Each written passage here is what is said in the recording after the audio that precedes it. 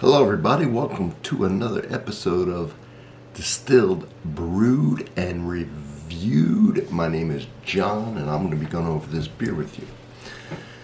It's an interesting one.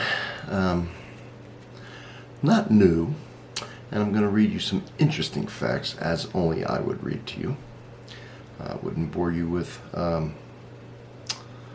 facts that were not interesting, that's for sure. So, let's see what it says about this beer quickly. Alright?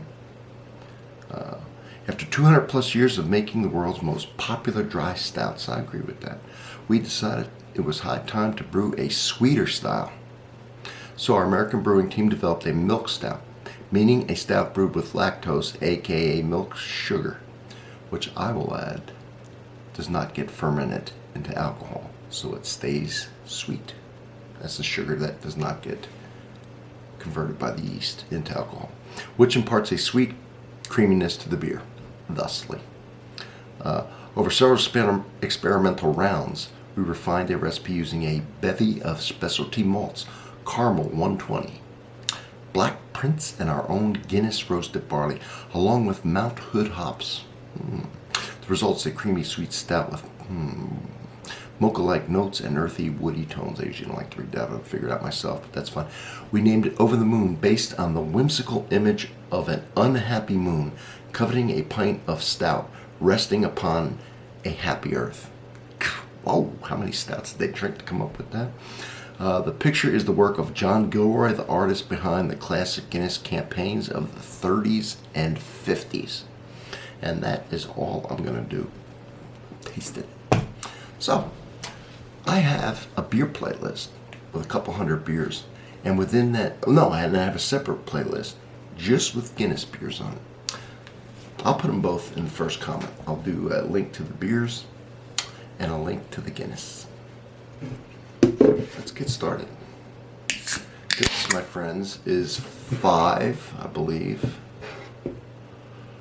5.3% ABV.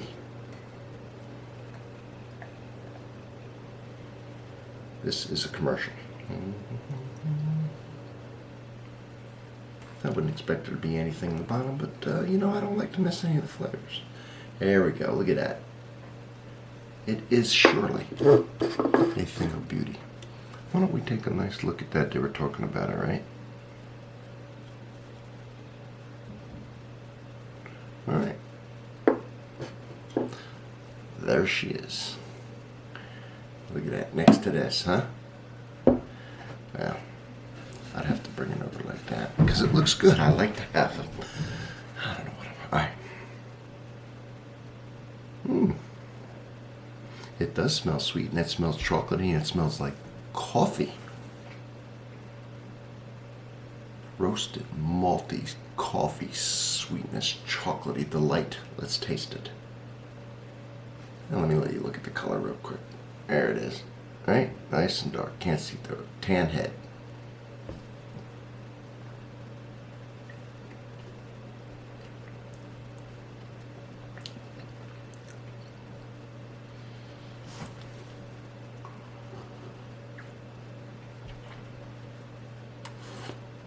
And now I'm going to concentrate on the flavor.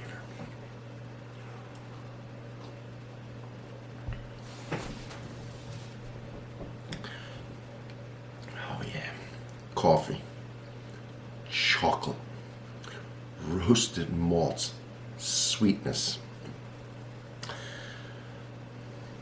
just the right bitterness to balance out the sweetness, and that's it. And the aftertaste of coffee and chocolate. I like it. I do like it.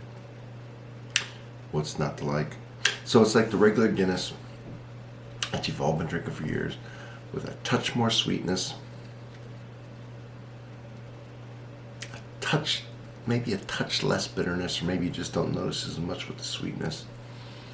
I'm trying to think of. I should have done them side by side. It seems like everything's magnified in this. Stronger coffee and a stronger chocolate. So, from Distilled, Brewed, and Reviewed. This is done at the Open Gate Brewery in Baltimore. The Guinness Open Gate Brewery. Thank you for being here. And as always, I will see y'all on the next one.